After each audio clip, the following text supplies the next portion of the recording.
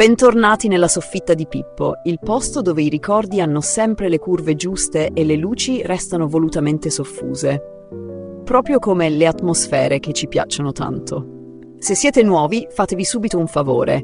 Iscrivetevi al canale, attivate la campanella e mettetevi comodi, perché qui si viaggia ogni settimana dentro un cinema che non aveva paura di osare. E soprattutto sapeva far sognare. Oggi torniamo tra gli anni 70 e 80 per riscoprire una donna che ha incarnato una bellezza elegante, mediterranea, magnetica, con quello sguardo da principessa un po' distante e un po' ribelle. Una presenza che ha attraversato il cinema popolare italiano, lasciando tracce luminose e decisamente maliziose. Oggi parliamo della splendida Sonia Viviani. Sonia Viviani nasce a Roma il 4 gennaio 1958 e il suo destino sembra scritto fin dall'inizio. Cresce praticamente dentro Cinecittà.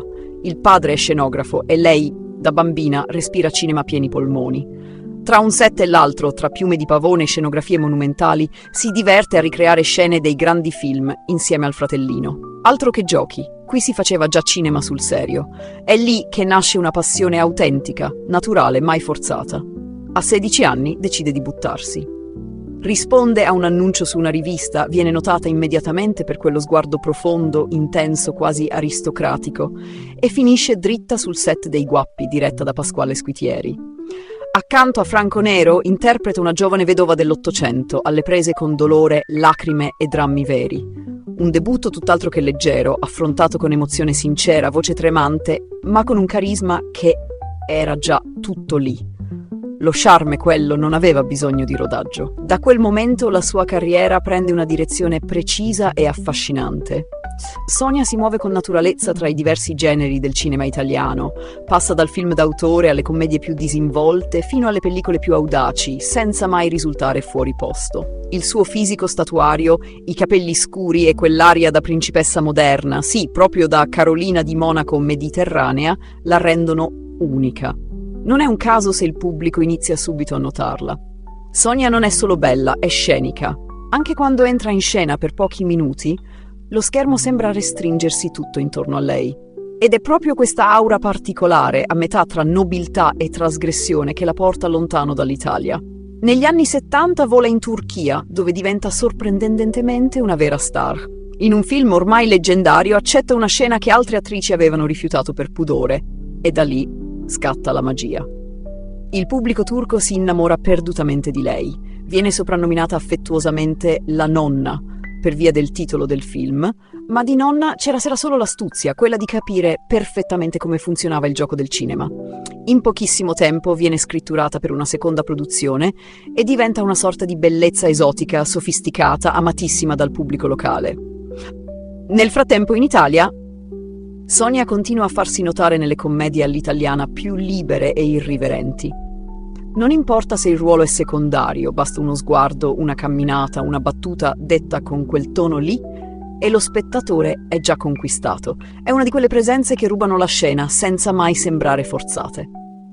Ma attenzione, perché Sonia non è solo leggerezza. Viene infatti diretta da Umberto Lenzi, uno dei grandi maestri del cinema di genere italiano.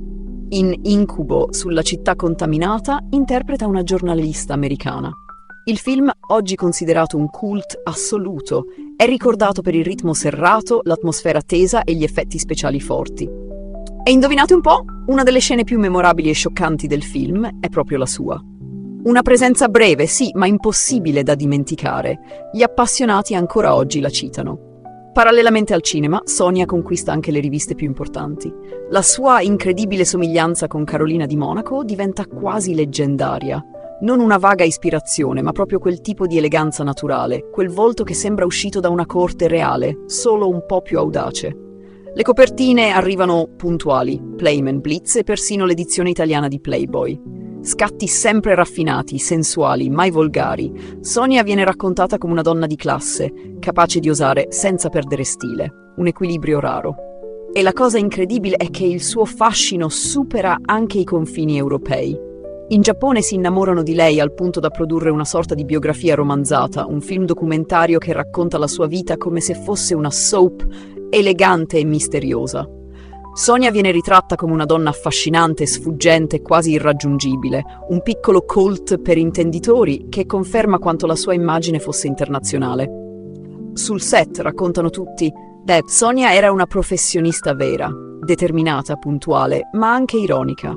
Sapeva prendersi in giro, non si montava la testa e non aveva paura di giocare con la propria immagine. E infatti in un'Italia televisiva ancora piena di stereotipi, riesce perfino a diventare oggetto di parodia. A Drive-In, il celebre Varietà di Antonio Ricci, viene proposta un'imitazione ispirata proprio alla sua somiglianza con Carolina di Monaco, in versione pop e irriverente.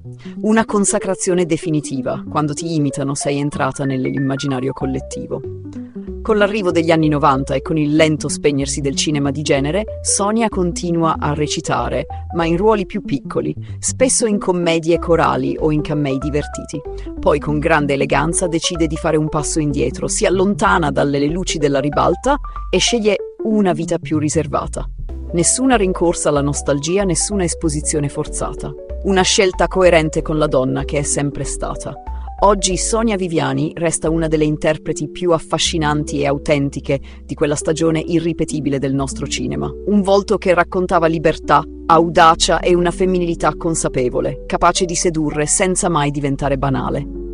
Una diva con i piedi per terra e lo sguardo sempre dritto in macchina. E voi ve la ricordavate? Avete mai visto uno dei suoi film? Scrivetelo nei commenti e diteci chi vorreste ritrovare nella prossima puntata. Lasciate un like se questo viaggio vi è piaciuto e suggeriteci quale regina dimenticata volete riportare alla luce. Perché lo sapete, nella soffitta di Pippo ogni ricordo può tornare a brillare e il fascino qui dentro non va mai fuori moda.